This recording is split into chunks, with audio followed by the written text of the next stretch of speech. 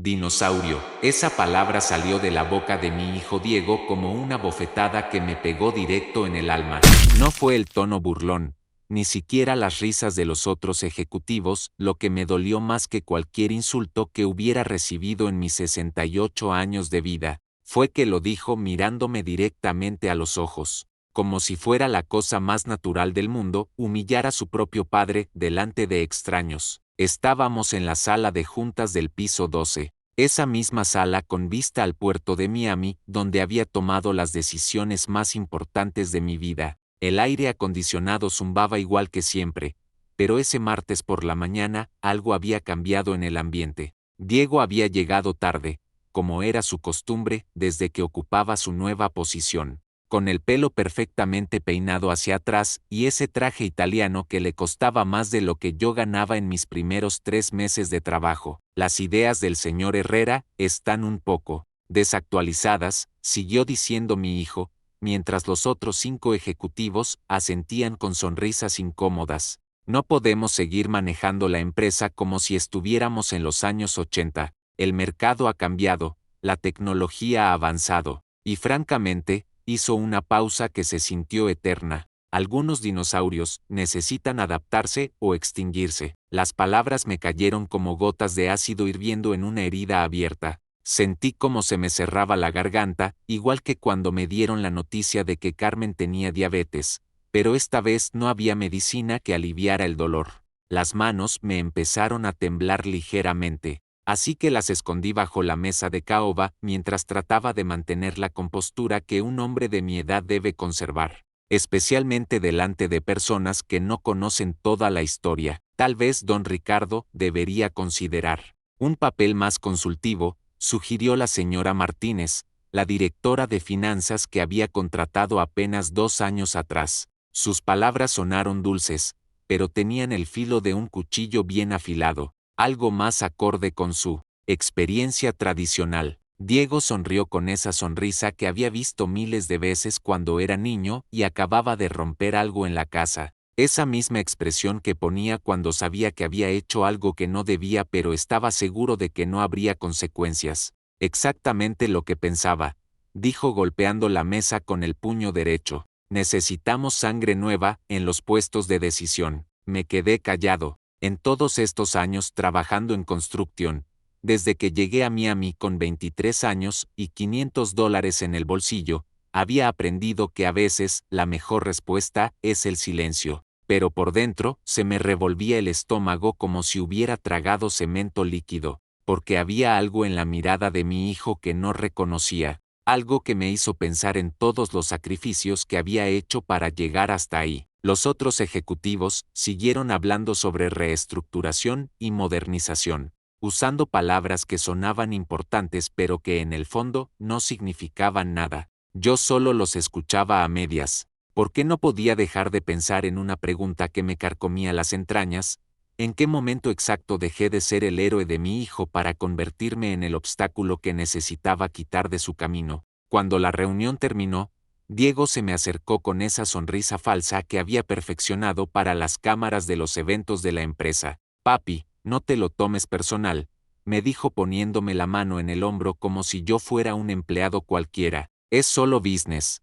¿Tú me entiendes? Los tiempos cambian y nosotros tenemos que cambiar con ellos. No le respondí, solo asentí con la cabeza y salí de esa sala sin decir una palabra, con la sensación de que algo se había roto para siempre entre nosotros. Pero había algo que Diego no sabía, algo que iba a descubrir muy pronto y que cambiaría por completo su sonrisa de suficiencia. Esa misma tarde, cuando llegué a casa a las afueras de Coral Gables, me senté en mi escritorio de roble y saqué del primer cajón algo que no había tocado en meses. Era una pluma Mont Blanc negra con detalles dorados, la misma que había usado para firmar el primer contrato de Herrera Construction en marzo de 1987. La toqué suavemente con los dedos, recordando el peso que había tenido aquel día cuando cambió mi destino para siempre. Los días siguientes fueron como caminar por mi propia casa, sintiendo que ya no me pertenecía.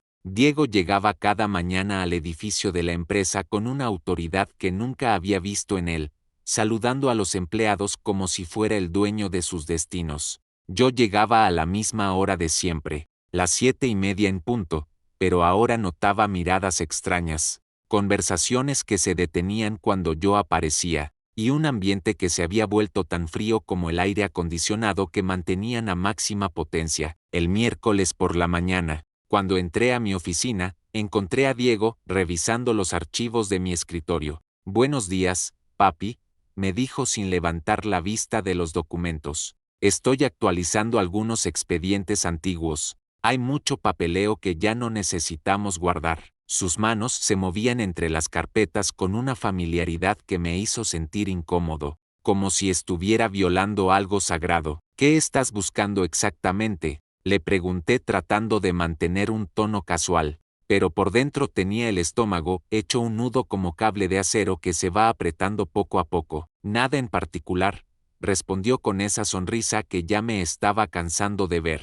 «Solo quiero entender mejor la estructura original de la empresa. Hay algunas cosas que no me cuadran en los registros financieros». La forma en que dijo «estructura original» sonaba como si fuera algo anticuado, algo que necesitaba ser cambiado. Esa misma tarde, mientras caminaba hacia el área de construcción para revisar el progreso del proyecto en Brickell, escuché a dos de los supervisores hablando en español cerca de las máquinas mezcladoras. «Don Ricardo se ve preocupado», decía Martín, el capataz que había trabajado conmigo durante 15 años. «Algo raro está pasando en las oficinas de arriba. El hijo está moviendo muchas cosas», respondió Carlos, mientras revisaba las especificaciones de cemento. «Mi cuñado que trabaja en contabilidad dice que han estado pidiendo documentos muy viejos, cosas de cuando empezó la empresa». Me quedé parado detrás de una columna, escuchando una conversación que me hizo sentir como intruso en mi propio negocio. ¿Por qué Diego necesitaba revisar documentos tan antiguos? ¿Qué estaba buscando que no me había dicho directamente? El jueves llegó con una sorpresa que me dejó más confundido. Carmen, la secretaria que había contratado hacía 12 años y que conocía cada detalle de las operaciones diarias, se me acercó durante el almuerzo con una expresión preocupada. «Don Ricardo, ¿usted autorizó que el joven Diego revisara las cajas fuertes del archivo central?» «¿Las cajas fuertes?», repetí, sintiendo como se me aceleraba el corazón como motor viejo tratando de arrancar en invierno. Esas cajas contenían los documentos más importantes de la empresa, contratos originales, escrituras, certificados de incorporación, cosas que solo yo había manejado durante más de 30 años. «Sí, señor. Ayer por la tarde vino con el señor Jiménez de Legal y estuvieron ahí casi 2 horas. Sacaron varias carpetas y las llevaron a su oficina». Carmen bajó la voz como si fuera a confesarme un secreto.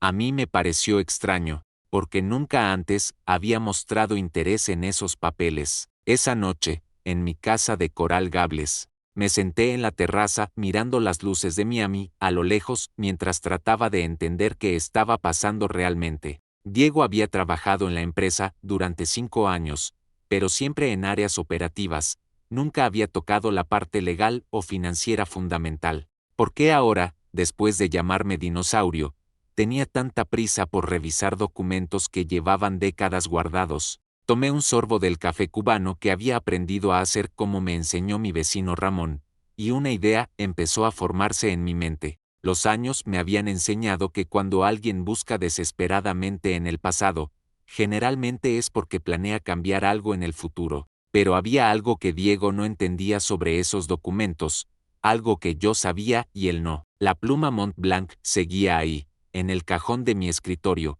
esperando pacientemente como había esperado durante tantos años. La toqué una vez más antes de acostarme, recordando el día que la había usado por primera vez y pensando si tal vez había llegado el momento de usarla nuevamente. Los recuerdos me llegaron esa madrugada como olas del mar que golpean sin avisar. No pude dormir, así que me levanté a las 5 de la mañana y me hice café en la cocina que había remodelado 3 veces para darle gusto a mi difunta esposa Elena. Mientras el aroma llenaba la casa vacía, mi mente se fue hacia atrás, hacia el día que cambió todo para nuestra familia. Era marzo de 1987. Diego tenía apenas 2 años y Elena estaba embarazada de nuestra segunda hija, Sofía. Vivíamos en un apartamento de una habitación en Hialeah, con una ventana que daba a un estacionamiento lleno de carros descompuestos y el ruido constante de los aviones que llegaban al aeropuerto. Yo trabajaba como capataz para una empresa de construcción que me pagaba $8 la hora, sin seguro médico, sin vacaciones, sin nada más que la promesa de trabajo diario, si me portaba bien. Ricardo, me había dicho Elena, aquella tarde de domingo, mientras Diego jugaba con sus carritos de plástico en el piso de cemento frío, necesitamos más espacio. El bebé va a nacer en 5 meses y no podemos seguir así. Sus manos reposaban sobre su vientre abultado, y en sus ojos sexta la misma preocupación que yo llevaba cargando desde que nos casamos. Esa noche tomé la decisión más arriesgada de mi vida. Había estado ahorrando cada centavo durante 2 años, guardando el dinero en una lata de café Bustelo escondida detrás del refrigerador. Tenía exactamente $3,240, toda la riqueza que habíamos acumulado en América. Era dinero suficiente para el enganche de una casa pequeña, pero en lugar de buscar seguridad, decidí apostar nuestro futuro. Voy a poner mi propia empresa, le anuncié a Elena mientras cenábamos arroz con frijoles y plátanos maduros.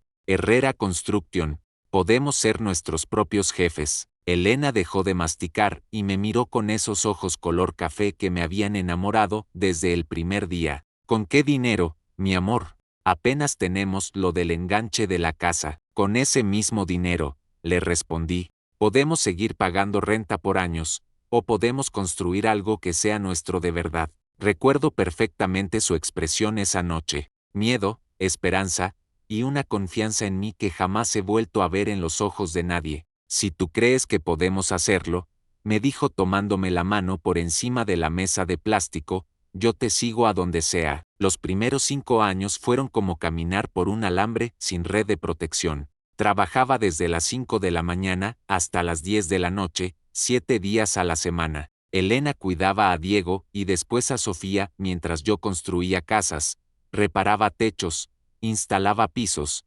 hacía cualquier trabajo que me diera dinero para mantener viva la empresa. Hubo noches que llegaba a casa con las manos tan lastimadas que no podía abrazar a mis hijos, pero Elena me curaba las heridas mientras me contaba lo que habían hecho los niños durante el día. Papi, ¿por qué trabajas tanto?, me preguntó Diego una noche cuando tenía 7 años. Lo había encontrado esperándome despierto en el sofá, con su pijama de Superman y los ojos hinchados de sueño. Para construirte un futuro, mijo, le respondí cargándolo hacia su cuarto. Algún día, todo esto va a ser tuyo. Herrera Construction va a ser la empresa de construcción más grande de Miami, y tú vas a ser el jefe. Se durmió en mis brazos esa noche, y yo me quedé despierto pensando en todas las cosas que haría para cumplirle esa promesa. No imaginaba que 30 años después, ese mismo niño que soñaba con dirigir la empresa me iba a llamar dinosaurio delante de empleados que yo había contratado con mis propias manos. En 1995, cuando Diego tenía 10 años, finalmente compramos la casa de Coral Gables donde aún vivo. Era una casa de 2 pisos con jardín, piscina y 4 habitaciones que se veían enormes comparadas con el apartamento de Hialeah. El día que nos mudamos, Diego corrió por todas las habitaciones gritando de emoción, y cuando llegó a la que sería su cuarto, me abrazó las piernas y me dijo, gracias, papi, eres el mejor papá del mundo entero. Ahora, mientras terminaba mi café en esa misma cocina, me preguntaba cuándo exactamente había dejado de ser el mejor papá del mundo para convertirme en el dinosaurio que necesitaba extinguirse. En todos estos años construyendo edificios, había aprendido que los cimientos más fuertes a veces se agrietan, no por terremotos o huracanes, sino por el peso de lo que construyes encima de ellos. El viernes llegó con una humedad que hacía que hasta el aire acondicionado se sintiera insuficiente. Diego había convocado otra reunión para las 10 de la mañana, y esta vez había invitado a más gente, los 3 directores de área, el contador principal, y 2 consultores externos que yo no conocía. Cuando entré a la sala de juntas, noté que habían cambiado la disposición de las sillas. Mi lugar habitual a la cabecera de la mesa había sido reemplazado por una silla en el lateral, como si fuera un invitado más. Buenos días a todos, comenzó Diego con esa energía artificial que había desarrollado para las presentaciones. Hoy vamos a discutir la reestructuración organizacional que necesita Herrera Construction para competir en el mercado actual. La forma en que pronunció el nombre de la empresa, como si fuera algo que hubiera inventado él, me hizo sentir un piquete en el pecho que se extendió hasta los brazos. Uno de los consultores, un hombre joven con lentes de diseñador y corbata roja, desplegó una presentación en la pantalla. Después de analizar la estructura actual de la empresa, dijo señalando gráficas llenas de colores: hemos identificado varias ineficiencias en los procesos de toma de decisiones. Ahí estaba mi foto, en un recuadro marcado como redundancia jerárquica, junto con una flecha que señalaba hacia abajo. Sentí como si me hubieran dado un puñetazo en el estómago, pero mantuve la cara seria mientras estos extraños discutían mi futuro como si fuera un mueble viejo que había que mover a otra habitación. El problema principal, continuó el consultor, es que tenemos dos niveles de autoridad para las mismas decisiones. Esto genera retrasos y confusión en la cadena de mando. Diego asentía con entusiasmo, como estudiante aplicado que había encontrado la respuesta correcta. La señora Martínez, que hacía apenas 3 años me pedía consejos sobre sus propias inversiones, ahora tomaba notas mientras hablaban de optimizar mi rol y redefinir mis responsabilidades.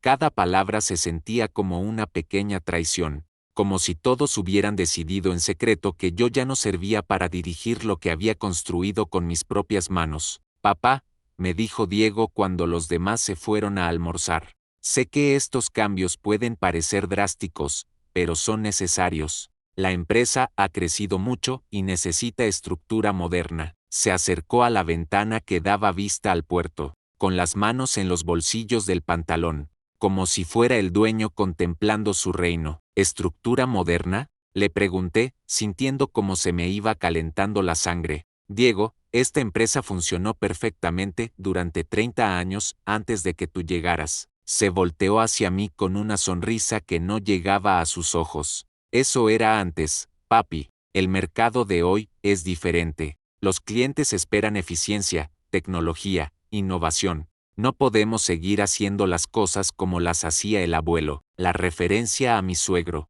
que había muerto 10 años atrás después de trabajar como albañil toda su vida, me dolió más de lo que Diego probablemente pretendía. Tu abuelo construyó casas que siguen en pie después de 40 años, le dije con una voz que salió más áspera de lo que quería. ¿Cuántos de estos edificios modernos van a durar tanto? Diego suspiró como si estuviera hablando con un niño terco. No se trata de duración, papá, se trata de rentabilidad, de maximizar recursos, de posicionamiento estratégico en el mercado. Usaba palabras que había aprendido en los cursos de administración, palabras que sonaban importantes pero que no significaban nada para alguien que había aprendido el negocio con callos en las manos y cement bajo las uñas. Esa tarde, mientras manejaba mi pick-up del 98 por las calles de Miami, no podía quitarme de la cabeza la imagen de mi foto en esa presentación, marcada como redundancia.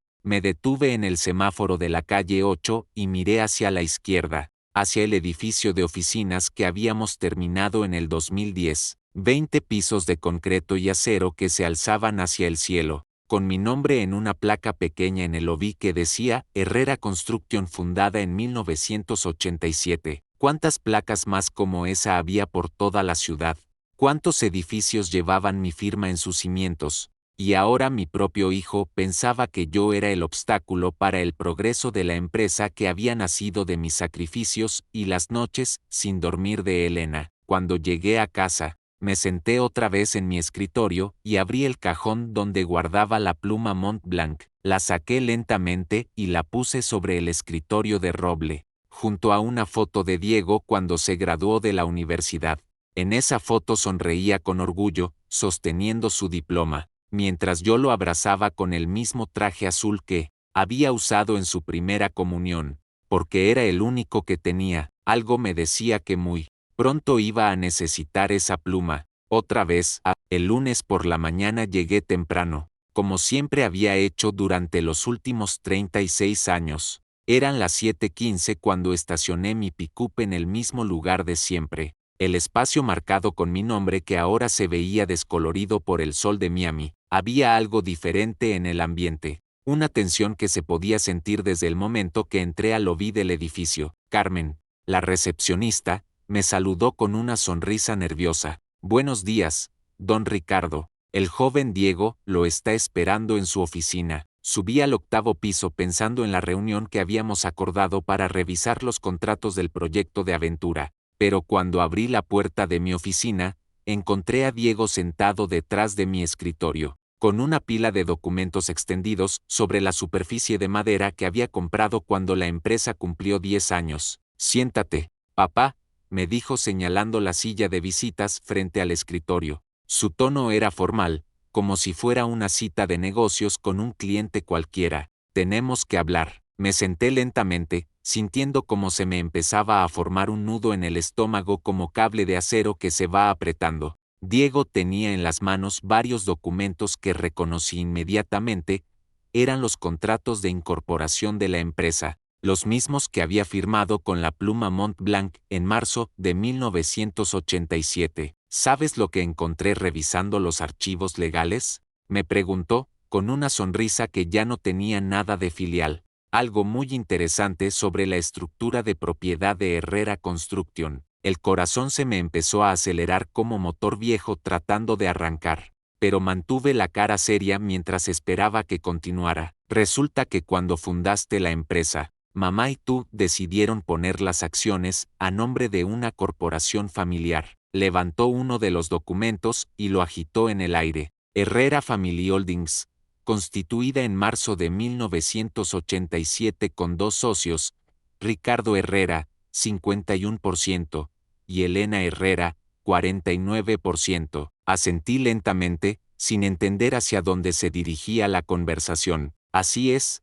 tu madre insistió en estar incluida legalmente en la empresa. Era su dinero también el que habíamos invertido. Diego puso el documento sobre el escritorio y sacó otro papel de la pila. Pero aquí está lo interesante, papá. Cuando mamá murió en el 2018, sus acciones no pasaron automáticamente a ti. Según su testamento, pasaron a un fideicomiso familiar administrado por ti como albacea, pero con beneficiarios específicos. Se me empezó a cerrar la garganta como si alguien me estuviera ahorcando lentamente. Elena había manejado todos los asuntos legales del testamento con su abogado, y yo había firmado todo lo que me había puesto enfrente sin revisarlo cuidadosamente porque estaba demasiado destrozado por su muerte para entender los detalles técnicos. Los beneficiarios del fideicomiso somos Sofía y yo, continuó Diego, con una satisfacción en la voz que me hizo sentir náuseas. Cada uno con 24,5% de la empresa. Eso significa que juntos tenemos 49%,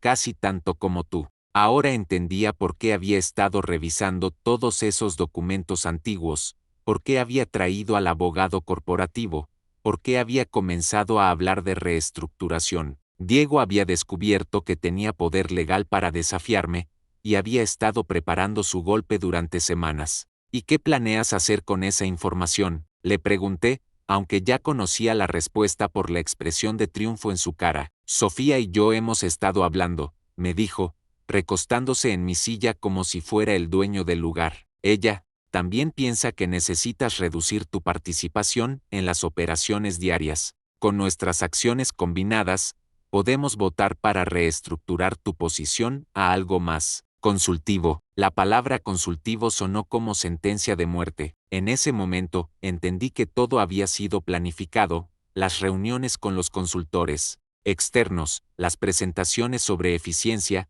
las conversaciones sobre modernización. Diego no solo me había llamado dinosaurio por desprecio, me había estado estudiando como presa que necesitaba ser cazada. ¿Sofía está de acuerdo con esto?, le pregunté, aferrándome a la esperanza de que mi hija menor, que siempre había sido más considerada, no fuera parte de esta conspiración. Diego sonrió y sacó su teléfono. ¿Por qué no le preguntas tú mismo? Marcó un número y puso el teléfono en altavoz. La voz de Sofía llenó la oficina desde Los Ángeles, donde vivía con su esposo y sus 2 hijas. Hola, papi, me dijo, con esa voz dulce que me había derretido el corazón desde que tenía 5 años. Diego me explicó la situación. Creo que es tiempo de que te tomes un descanso. Has trabajado muy duro por muchos años. Esas palabras me golpearon como martillo directo en el pecho. Mi propia hija, la niña que había cargado en mis hombros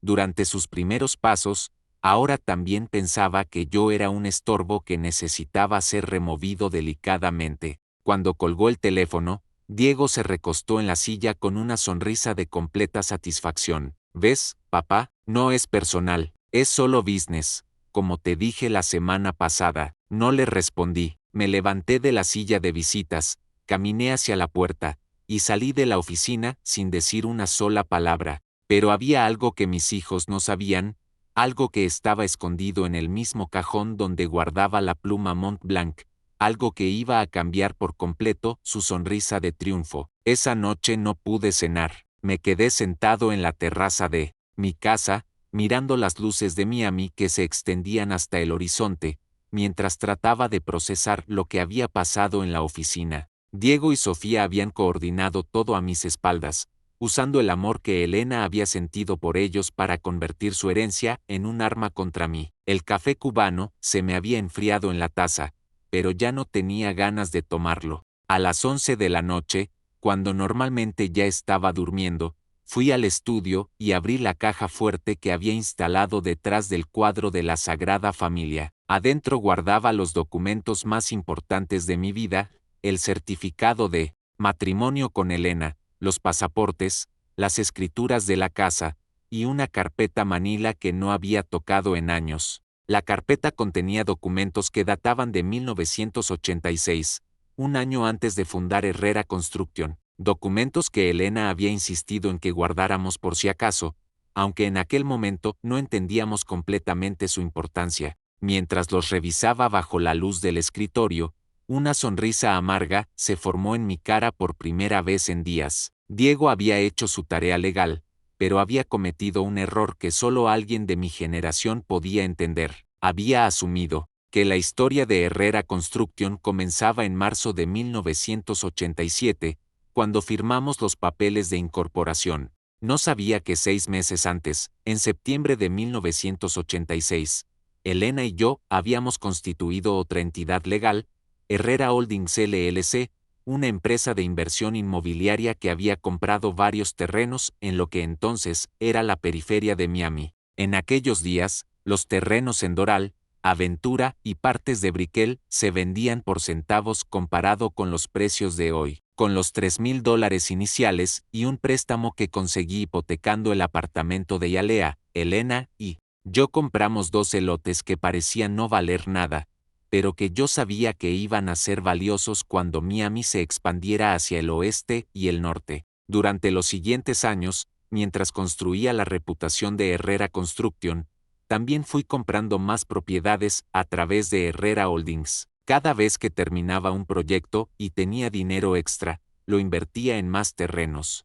Elena manejaba toda la paperwork de Holdings, mientras yo me enfocaba en Construction. Era nuestro secreto, nuestra póliza de seguro para el futuro. Cuando Elena murió, todas sus acciones de Herrera Construction pasaron al fideicomiso que beneficiaba a Diego y Sofía. Pero Herrera Holdings era diferente. Esa empresa la había estructurado Elena de una manera muy específica. Si alguno de los dos moría, todas las acciones pasaban automáticamente al sobreviviente. No había fideicomiso, no había división, no había herencia que repartir.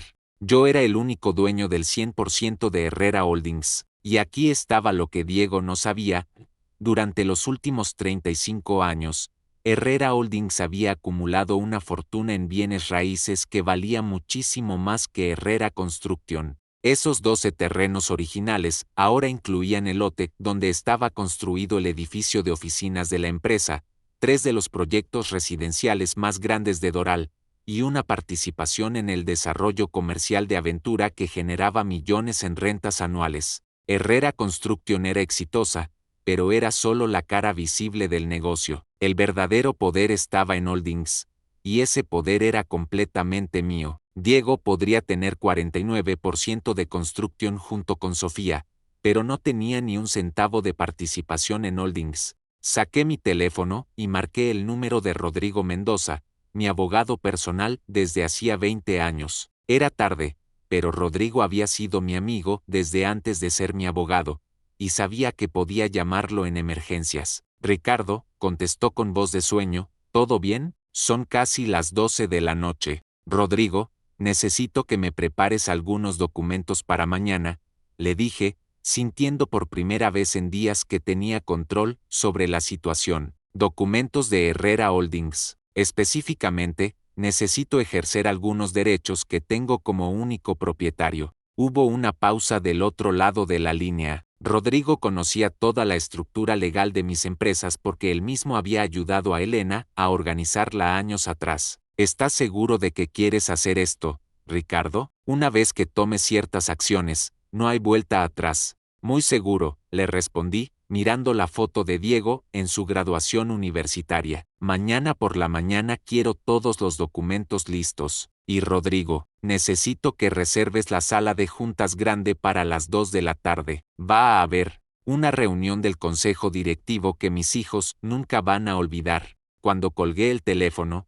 abrí el cajón del escritorio y saqué la pluma Mont Blanc. La sostuve en mis manos como había hecho tantas veces durante los últimos días, pero ahora tenía un propósito específico. Mañana iba a usarla para escribir el capítulo final de esta historia, y Diego iba a aprender que llamar dinosaurio a tu padre puede tener consecuencias que nunca imaginaste. El martes por la mañana llegué a la oficina a las 6:30, hora y media antes de lo normal. El edificio estaba prácticamente vacío, solo el personal de limpieza y el guardia de seguridad nocturno que conocía desde que contratamos el servicio en el 2005. Subí directamente al 8º piso con un maletín que contenía documentos que Diego nunca había visto. A las 7 en punto, Rodrigo Mendoza llegó con 2 asistentes legales y una caja llena de carpetas. Buenos días, Ricardo, me saludó, con esa formalidad que usaba cuando sabía que estábamos manejando asuntos serios.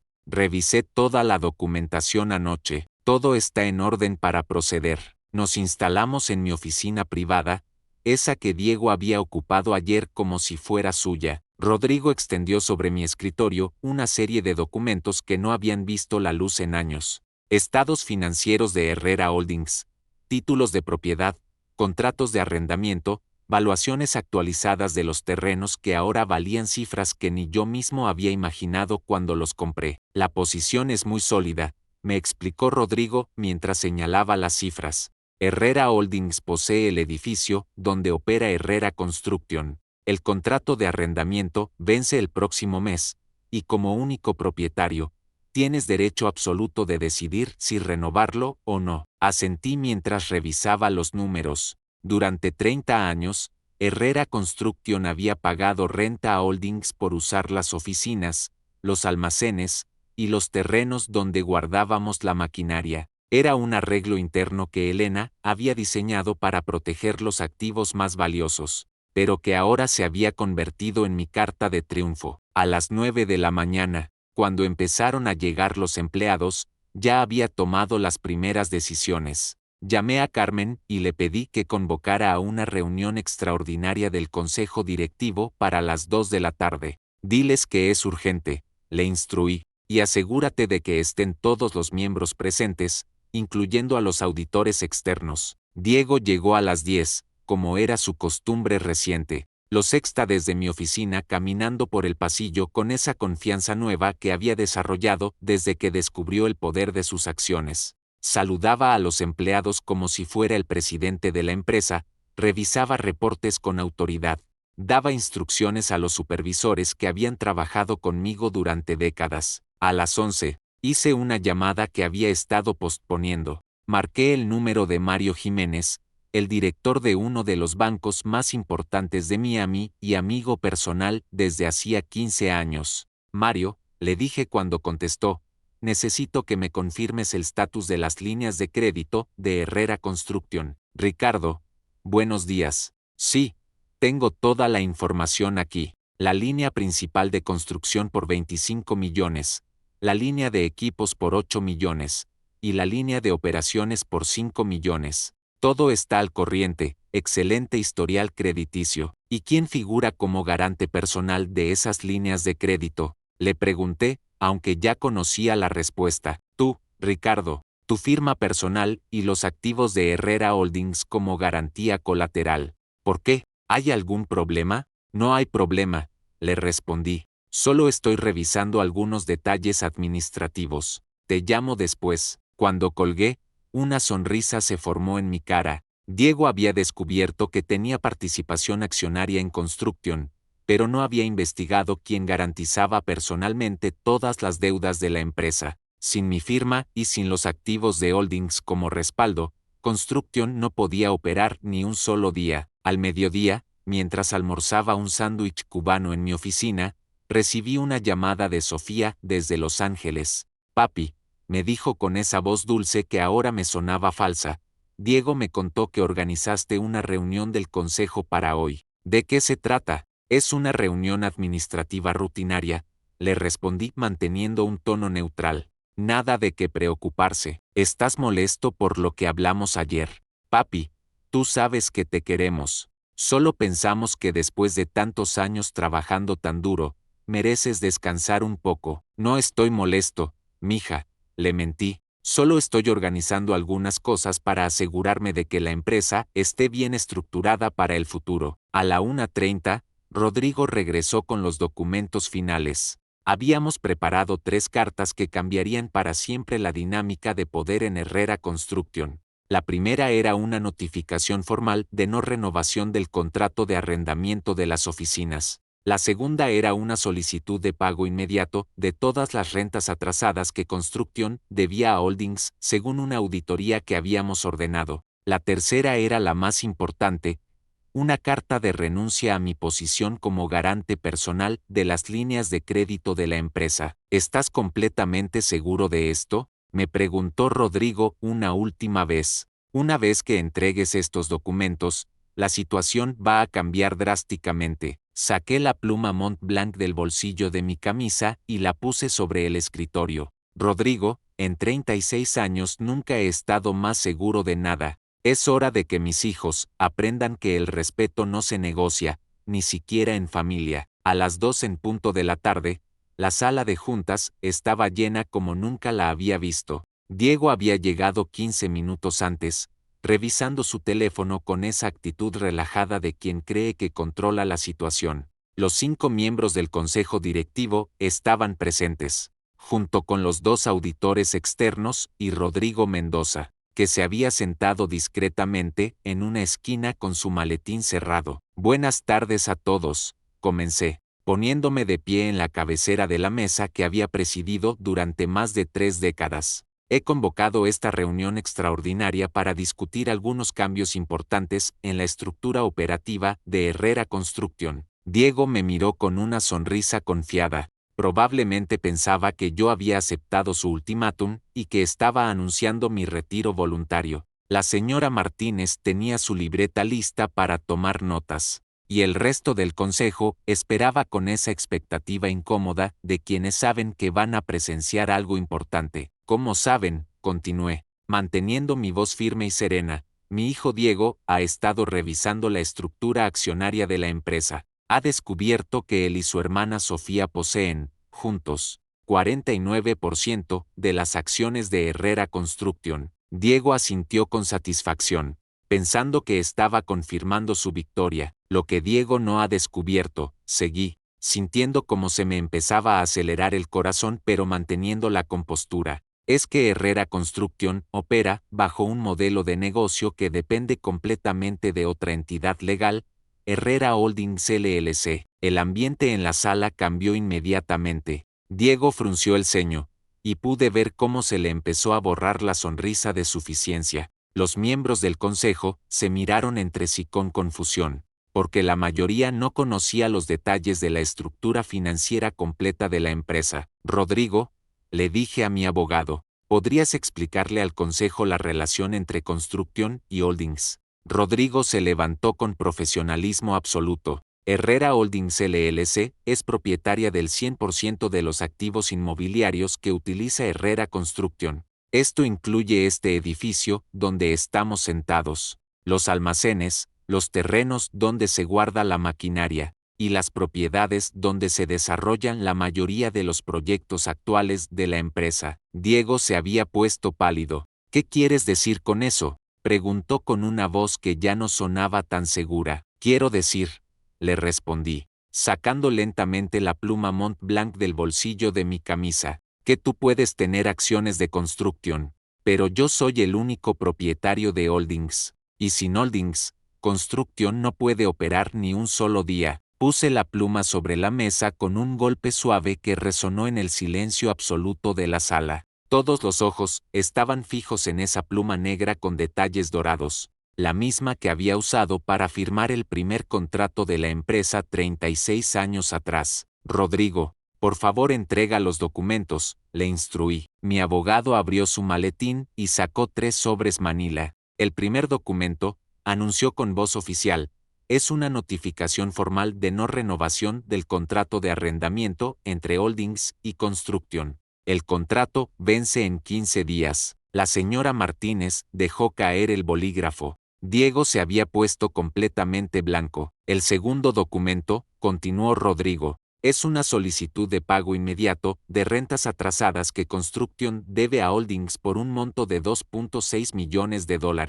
Según auditoría realizada esta mañana. ¿2.6 millones? Repitió Diego con voz quebrada. ¿De dónde salen esos números? De 30 años de rentas por debajo del valor de mercado, le respondí con calma absoluta. Holdings le ha estado cobrando a Construction rentas preferenciales durante décadas. Ahora Holdings está solicitando el ajuste al valor real de mercado, retroactivo a 5 años. Diego se levantó de su silla como si fuera a explotar. No puedes hacer eso. Somos familia, repetí, tomando la pluma Mont Blanc entre mis dedos. Es exactamente lo que tú dijiste que no importaba cuando me llamaste dinosaurio. Dijiste que era solo business. ¿Recuerdas? Rodrigo levantó el tercer sobre, y el documento final es la renuncia del señor Ricardo Herrera como garante personal de todas las líneas de crédito de Construction. Sin esta garantía personal, el banco suspenderá inmediatamente el acceso a los $38 millones en créditos que mantiene la empresa. El silencio en la sala era tan denso que se podía cortar con cuchillo. Diego me miraba con una expresión que nunca había visto en su cara, terror absoluto. Había entendido, finalmente, que su 49% de acciones no valían nada sin los activos, las propiedades y las garantías financieras que yo controlaba completamente. ¿Qué era? ¿Qué quieres?, me preguntó con voz temblorosa. Levanté la pluma Mont Blanc y la sostuve en el aire como si fuera una espada. Quiero que recuerdes, hijo, que llamar dinosaurio a tu padre puede tener consecuencias que nunca imaginaste. El silencio que siguió a mis palabras fue tan pesado que se podía sentir la tensión en cada rincón de la sala.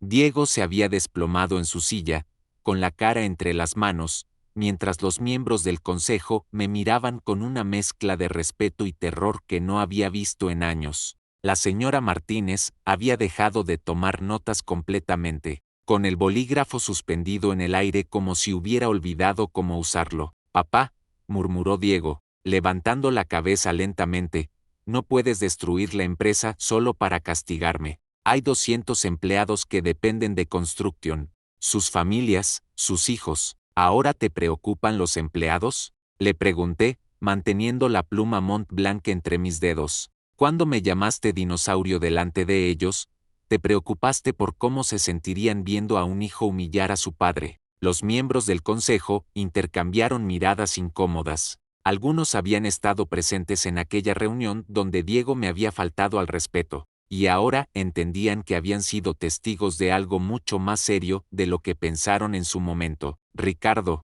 intervino el señor Pérez, el miembro más antiguo del consejo después de mí, ¿cuáles son exactamente tus intenciones? ¿Vas a cerrar la empresa? Me levanté lentamente de mi silla y caminé hacia la ventana que daba vista al puerto de Miami. Desde ahí podía ver 3 de los edificios que habíamos construido durante los últimos 10 años. estructuras de concreto y acero que se alzaban hacia el cielo como monumentos a décadas de trabajo honesto. No voy a cerrar nada, respondí sin voltearme. Herrera Construction va a seguir operando, pero bajo términos completamente nuevos. Regresé a la mesa y puse la pluma sobre los documentos que Rodrigo había preparado. Diego, tienes una opción muy simple. Puedes renunciar voluntariamente a tu posición ejecutiva y mantener tus acciones como inversor silencioso, o puedes enfrentar las consecuencias financieras de tus decisiones. ¿Qué tipo de consecuencias?, preguntó con voz quebrada. Rodrigo abrió una carpeta adicional.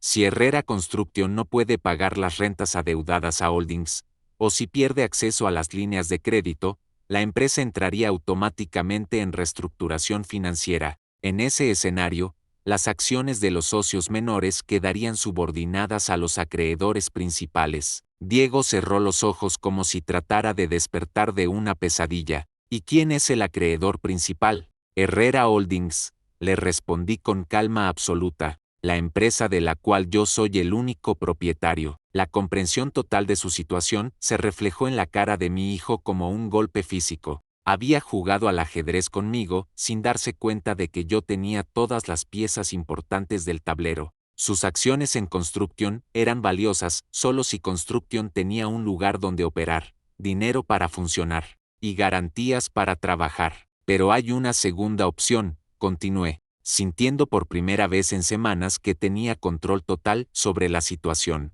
Holdings está dispuesta a negociar un nuevo contrato de arrendamiento, mantener las rentas preferenciales, y yo puedo conservar las garantías bancarias, pero solo bajo una condición. Todos, en la sala, esperaron mi siguiente palabra como si fuera una sentencia judicial. Diego, renuncia inmediatamente a su posición ejecutiva y acepta un rol consultivo sin autoridad operacional. Las decisiones estratégicas de la empresa vuelven a mi control exclusivo hasta que yo decida voluntariamente retirarme. Diego levantó la cabeza y me miró con los ojos rojos. ¿Y si acepto, las cosas pueden volver a ser como antes? La pregunta me dolió más de lo que esperaba, porque vi en sus ojos al niño de 7 años que me había preguntado por qué trabajaba tanto. Pero los años me habían enseñado que hay heridas que nunca sanan completamente, solo se aprende a vivir con ellas. No, hijo, le respondí con honestidad absoluta, las cosas nunca van a volver a ser como antes. Tú me enseñaste que el respeto se puede perder en un momento, pero recuperarlo toma mucho más tiempo. Me senté nuevamente y tomé la pluma Montblanc con la mano derecha. Tienes 5 minutos para decidir. O firmas una renuncia voluntaria a tu posición ejecutiva, o yo firmo estos 3 documentos que cambiarán para siempre el futuro de la empresa que construí con mis propias manos. Diego miró alrededor de la sala, buscando apoyo en las caras de los miembros del consejo que hasta hace una semana lo habían visto como su futuro jefe, pero ahora solo encontró miradas que evitaban contacto visual, porque todos habían entendido quién tenía realmente el poder en esa habitación. Está bien, murmuró finalmente. Acepto, renuncio a mi posición ejecutiva. Puse la pluma sobre el contrato de renuncia y se lo empujé a través de la mesa. Fírmalo, le dije, con esta misma pluma con la que fundé la empresa que tú creías que podías quitarme. 6 meses han pasado desde aquella tarde en la sala de juntas, y las cosas han encontrado un ritmo diferente, pero no necesariamente mejor. Diego cumple con su horario de 9 a 5 como consultor, llega puntual, hace su trabajo sin quejarse, y se va a su casa en Pinecrest sin crear problemas. Pero entre nosotros existe ahora un silencio que pesa más que todas las palabras que nos dijimos durante años. La empresa funciona mejor que nunca, eso no lo puedo negar. Hemos terminado el proyecto de aventura con 3 semanas de adelanto, conseguimos 2 contratos nuevos en Doral, y la línea de crédito está completamente al día. Los empleados que presenciaron aquella humillación ahora me tratan con un respeto que no había sentido en años, pero es un respeto teñido de miedo, como si hubieran visto de lo que soy capaz cuando me acorralan. Diego y yo no hemos vuelto a almorzar juntos. No me ha vuelto a preguntar cómo estuvo mi día, ni yo le pregunto sobre el suyo. Trabajamos en el mismo edificio, respiramos el mismo aire acondicionado, pero somos como dos extraños que comparten oficina por necesidad, no por elección. La distancia entre nosotros se puede medir en metros físicos, pero se siente como millas emocionales. Sofía me llama cada domingo desde Los Ángeles, como ha hecho durante años, pero nuestras conversaciones son diferentes ahora. Habla del clima de California, de las travesuras de mis nietas, del trabajo de su esposo, de cualquier cosa excepto de lo que pasó en Miami. Nunca menciona a Diego, nunca pregunta por la empresa, nunca se refiere a aquella tarde cuando decidió apoyar a su hermano contra su padre. Es como si hubiera puesto una cerca invisible alrededor de ciertos temas que ya no podemos tocar. ¿Estás feliz con tu decisión?, me preguntó mi compadre Ramón el sábado pasado, mientras tomábamos café cubano en su patio. Ramón es el único que conoce toda la historia, el único con quien puedo hablar sin filtros sobre lo que pasó con mis hijos. No sé si feliz es la palabra correcta, le respondí, mirando las palmeras que se mecían con la brisa de marzo, pero sí estoy en paz. Hice lo que tenía que hacer para conservar mi dignidad. Ramón, que tiene 72 años y ha criado a 6 hijos, me miró con esa sabiduría que dan las décadas de experiencia familiar. A veces conservar la dignidad cuesta más caro de lo que uno está dispuesto a pagar. Tenía razón, por supuesto, había ganado la batalla, pero la victoria tenía un sabor amargo que no me esperaba. Cada mañana, cuando llegó a la oficina y veo a Diego en su escritorio, revisando reportes con la cabeza baja, me pregunto si vale la pena tener razón cuando tener razón significa perder a tu hijo. La pluma Mont Blanc volvió a su lugar en el cajón de mi escritorio, pero ahora cuando la veo no me recuerda solo el día que fundé la empresa, también me recuerda el día que usé esa misma pluma para reconstruir las fronteras entre padre e hijo.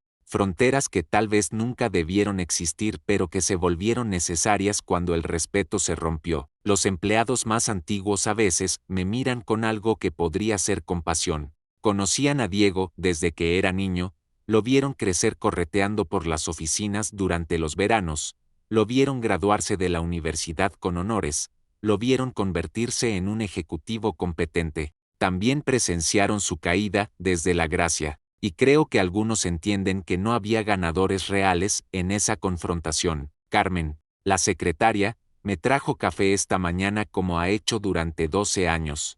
Pero antes de salir de la oficina me puso la mano en el hombro y me dijo, Don Ricardo, usted hizo lo correcto. Un hombre tiene que defender su honor, especialmente delante de sus hijos. Sus palabras me consolaron, pero no llenaron el vacío que siento cuando termino el trabajo y manejo de regreso a una casa que se siente demasiado grande para un hombre solo. Elena siempre decía que una casa sin risas de nietos era solo una estructura con habitaciones vacías. Mis nietas de Los Ángeles me llaman por videollamada cada 2 semanas, pero sus voces llegan distorsionadas por la tecnología y la distancia geográfica que Sofía mantiene como protección. He llegado a entender que ganar una batalla familiar es diferente a ganar cualquier otra batalla. Cuando vences en los negocios, celebras con champán y bonificaciones. Cuando vences en familia, celebras solo, con café frío y recuerdos de lo que solían ser las cosas antes de que todo se complicara. Pero no me arrepiento. En todos estos años construyendo edificios, he aprendido que algunas estructuras necesitan ser demolidas antes de poder construir algo mejor en su lugar. Tal vez Diego y yo estamos en esa etapa de demolición, preparando el terreno para una relación diferente, más honesta, construida sobre respeto real en lugar de obligación familiar. La dignidad no se negocia, ni siquiera por conservar a quien más amas. Esa es la lección más dura que he tenido que enseñar, y tal vez la más importante que Diego ha tenido que aprender.